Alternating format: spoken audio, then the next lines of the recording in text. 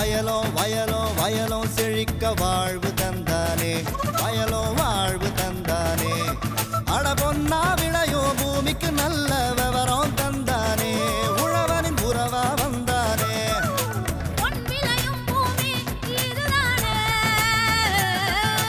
வயலோ வயலோ வயலோ செழிக்க வாழ்வு தந்தானே வயலோ வாழ்வு தந்தானே அட பொன்னா விளையோ பூமிக்கு நல்ல விவரம் தந்தானே உழவனின் உறவா வந்தானே தந்தன தந்தன தன தந்தானே மண்ணள பொங்கிட துணை வந்தானே தந்தன தந்தன தன தந்தானே மண்ணள பொங்கிட துணை வந்தானே.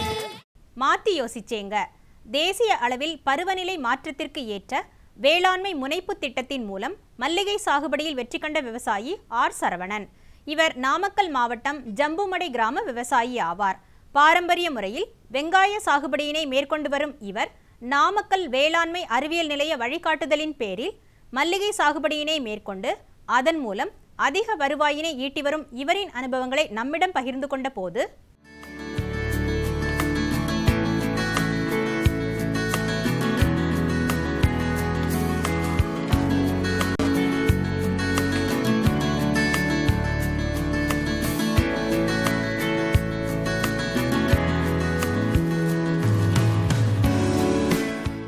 விவசாயத்தில் அதிகபட்சமாக இந்த ஏரியா ஃபுல்லாக வெங்காயம் பண்ணுவோம். வெங்காயத்தில் பண்ணிக்கிட்டு இருக்கும்போது பார்த்திங்கன்னா ஃபஸ்ட்டெல்லாம் பார்த்தா நிறையா மருந்துகள் அடிச்சிட்டு இருந்தோம். நிறைய மருந்து தான் அடிப்போம். ஏன்னா எக்கச்சக்கமான இதுக்கு வந்து மெயினான பிரச்சனை என்னென்னா பேன் பிரச்சனை நிறையா இருக்கும்.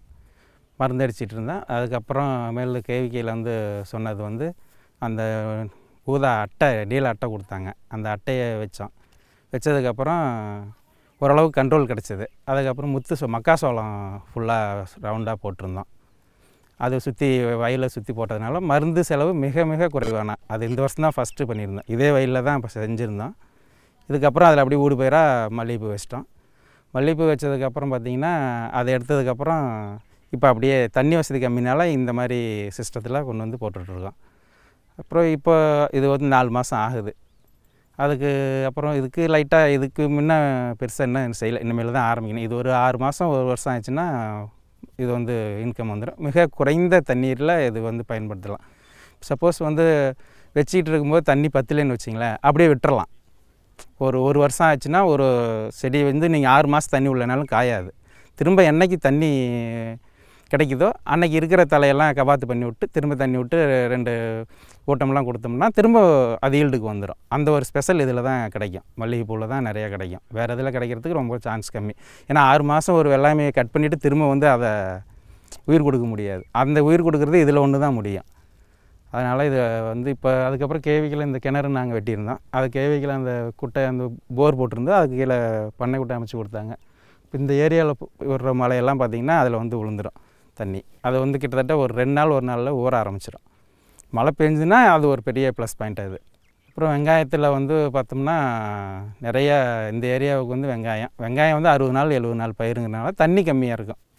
அதனால் அது செஞ்சிகிட்ருக்கோம். வெங்காயத்தில் வந்து மல்லிகை வச்சிட்டோம்னா ஒரு 2 தடவை வந்து திரும்ப வேறு பயிர் பண்ணிக்கலாம். அதே வெங்காயமே பண்ணிட்டாலும் சீக்கிரமாக வளர்ந்துறதுனால 2 டைம் எடுத்துக்கலாம்.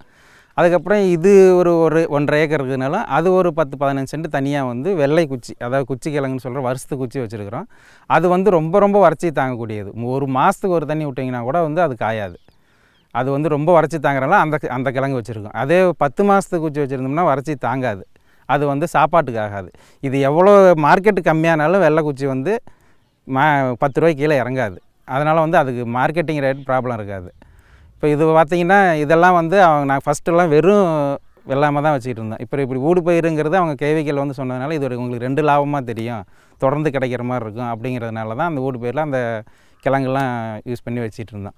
என்ன மாதிரி வந்து நீங்கள் படிச்சுட்டு வெளியில் வேலைக்கு போகணும் அப்படின்னு இல்லாட்டி கூட குறைந்த தண்ணி இருந்தாலும் நீங்கள் இது மாதிரி விவசாயம் பண்ணால் மெயினாக மல்லிகைப்பூ வெங்காயம் வச்சிங்கன்னா தண்ணி வந்து ரொம்ப குறைவானது செஞ்சுக்கிட்டு இருக்கலாம். நல்ல வருமானம் வந்து நிரந்தரமாக கிடச்சிக்கிட்டு இருக்கும். இதுக்கு தேவையான ஆலோசனைகள்லாம் நம்ம கேவிக்கில் கேட்டாலும் அவங்களே வந்து நேரடியாக வர்றாங்க, வந்து சொல்கிறாங்க. எல்லாமே அவங்களே செஞ்சு தருவாங்க. தெரியலனாலும் பிரச்சனை இல்லை. அதனால் எந்த ஒரு ப்ராப்ளம் இல்லை, செய்யலாம், நல்லாயிருக்கும். மேலும் விவரம் பெற விவசாயி ஆர் சரவணன் அவர்களை 07639971818 08 என்ற கைபேசி எண்ணில் தொடர்பு கொள்ளலாம். இனி வருவது வேளாண் ஆலோசனை நேரம்.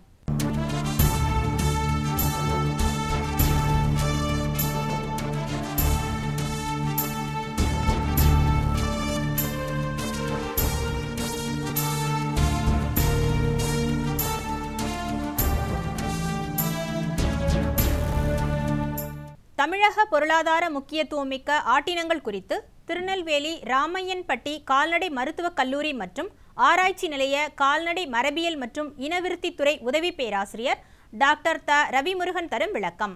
அன்பார்ந்த தமிழக கால்நடை பண்ணையாளர்களே வணக்கம். இன்றைய வேளாண் ஆலோசனை நேரத்தில் நாம் பார்க்க இருப்பது தமிழகத்தின் பொருளாதார முக்கியத்துவமிக்க ஆட்டினங்கள். இந்த பொருளாதார முக்கியத்துவமிக்க ஆட்டினங்கள் என்றால் அதில் இரண்டு உள்ளன.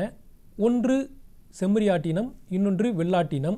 செம்மறியாட்டை பொறுத்தவரை பொருளாதார முக்கியத்துவம் மிக்க செம்மறியாடு பட்டணம் என்று சொல்லக்கூடிய ஒரு செம்மறியாடாகும். இதை தமிழகத்தின் பல பகுதி மக்கள் அறிந்திருப்பர். இந்த ஆடு தமிழகத்தின் பல்வேறு பகுதிகளில் இன்றைக்கு பரவி காணப்படுகிறது. தமிழகத்தில் செம்மறியாடுகளின் எண்ணிக்கையை எடுத்துக்கொண்டோமானால் பட்டணம் இனத்தின் செம்மறியாட்டு இனத்தின் எண்ணிக்கை தான் அதிகமாக இருக்கக்கூடும் என்று ஆராய்ச்சிகள் கூறுகின்றன.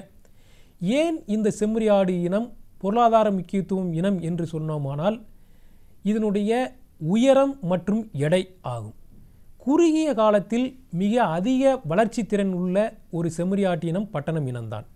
ஒரு வருட வயதுள்ள ஒரு செம்மறியாடு ஏறக்குறைய 30 to 35 கிலோ வரை உடல் எடை பெறக்கூடும். இந்த ஆடுகளை நாம் வாங்கி வளர்த்தோமானால் நாம் மேலும் பொருளாதாரம் முன்னேற்றம் அடைய முடியும் என்ற காரணத்திற்காகத்தான் இந்த செம்மறி இனத்தை பொருளாதார முக்கியத்துவம் மிக்க செம்மறியாடு என்று கூறுகிறோம்.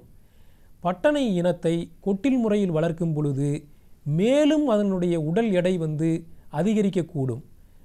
அப்படி மேலும் உடல் எடை அதிகரித்து நாம் விற்கும் காலங்களில் 5 கிலோ உடல் எடை கூடும் பொழுது 1 கிலோ ரூபாய் 80 என்று எண்ணிக்கையில் வைத்து கொண்டால் 5 கிலோவுக்கு 400 என்ற வீதத்தில் நாம் மேலும் லாபத்தை அடைய முடியும் என்பது நம்பிக்கை. இரண்டாவதாக நாம் பார்க்க இருப்பது பொருளாதார முக்கியத்துவம் மிக்க வெள்ளாட்டினம். பொருளாதார முக்கியத்துவம் மிக்க வெள்ளாட்டினம் என்று சொன்னோமானால் அதில் 2 வெள்ளாட்டு இனங்கள் உள்ளன. ஒன்று கொடியாடு என்று சொல்லக்கூடிய ஒரு வெள்ளாட்டினம். இந்த கொடியாடு என்று சொல்லக்கூடிய வெள்ளாட்டினம் தூத்துக்குடி மாவட்டம், விளாத்திகுளம், சாயல்குடி, விருதுநகர் ஆகிய மாவட்டங்களில் அதிக எண்ணிக்கையில் பரவி காணப்படுகிறது. இந்த கொடியாடுகளில் 2 வகைகள் உள்ளன. ஒன்று செம்போரை, மற்றொன்று கரும்போரை. நம்மளுடைய வெம்பூர் செம்மறியாட்டை போல் இது தூய்மையான வெள்ளை நிறத்தில் காணப்படும். உடலில் ஆங்காங்கே செம்பொட்டுகள் இருந்தால் அது செம்போரை என்றும், கருமை நிற பொட்டுக்கள் இருந்தால் அதை கரும்போரை என்றும் மக்கள் அழைத்து வருகிறார்கள். அதனால் இதில் 2 வகைகள் உள்ளன. இந்த ஆட்டிற்கு இன்னொரு தனிச்சிறப்பு உண்டு. என்ன சொல்லுவோமானால் இது உயரமாக ஒல்லியாக காணப்படும். நம்மளுடைய தமிழ்நாட்டில் காணப்படுகிற வெள்ளாட்டினங்களிலே மிக உயரமான வெள்ளாட்டினம் கொடியாடு தான். கொட்டில் முளையில் வளர்ப்பதற்கு மிக ஒரு சிறந்த இனமாகும். இந்த இனம் வருடத்திற்கு 2 முறை குட்டி ஈனும். அதாவது 6 மாதத்திற்கு 1 முறை குட்டி ஈனும். ஒரு தடவை குட்டி ஈனும் போது இரட்டை குட்டியோ 3 குட்டிகளோ ஈனக்கூடிய திறன் உள்ளது. இனவிருத்தி திறன் அதிகமுள்ள ஒரு இனம் கொடியாடு இனமாகும். இந்த இனத்தை நாம் வாங்கி வளர்த்தோமானால் மேலும் லாபத்தை அடைய முடியும். இரண்டாவதாவது ஒரு வெள்ளாட்டினம் சேலம் கருப்பு என்கிற ஒரு வெள்ளாட்டினம். இதுவும் ஒரு பொருளாதார முக்கியத்துவம் மிக்க ஒரு வெள்ளாட்டினமாகும். இந்த இனம் சேலம், நாமக்கல், கரூர், திண்டுக்கல், ராமநாதபுரம் ஆகிய மாவட்டங்களில் அதிக எண்ணிக்கையில் பரவி காணப்படுகிறது. இதனுடைய நிறமானது சுத்த கருப்பு நிறத்தில் காணப்படும். இன்றைக்கு தமிழகத்தின் பல்வேறு பகுதிகளில் பரவி காணப்படக்கூடிய ஒரு வெள்ளாட்டினம் சேலம் கருப்பு என்கிற ஒரு வெள்ளாட்டினமாகும். இதுவும் கொட்டில் முறையில் வளர்ப்பதற்கு மிகச்சிறந்த இனமாகும். கொட்டில் முறையில் நாம் வளர்க்கும் பொழுது நாம் சில கைத்தீவனங்களை கொடுத்து வளர்த்து வந்தோமானால் அதிக உடல் எடை பெறக்கூடும். அந்த அதிக உடல் எடை மூலம் நாம் அதிக வருவாயை ஈட்ட முடியும். இப்படிப்பட்ட பொருளாதார முக்கியத்துவமிக்க செம்மறியாட்டினங்களையும் வெள்ளாட்டினங்களையும் கொட்டில் முறையில் நாம் வளர்த்து வரும் பொழுது நாம் அதிக லாபத்தை அடைய முடியும். அதனால் அதிக வருவாயை ஈட்ட முடியும் என்பது எங்களுடைய நம்பிக்கை. மேலும் விவரம் பெற டாக்டர் த. ரவிமுருகன் அவர்களை 09488107776 66 என்ற கைபேசி எண்ணில் தொடர்பு கொள்ளலாம். மீண்டும் நாளைய பொன் விளையும் பூமி நிகழ்ச்சியில் சந்திப்போம். நன்றி, வணக்கம்.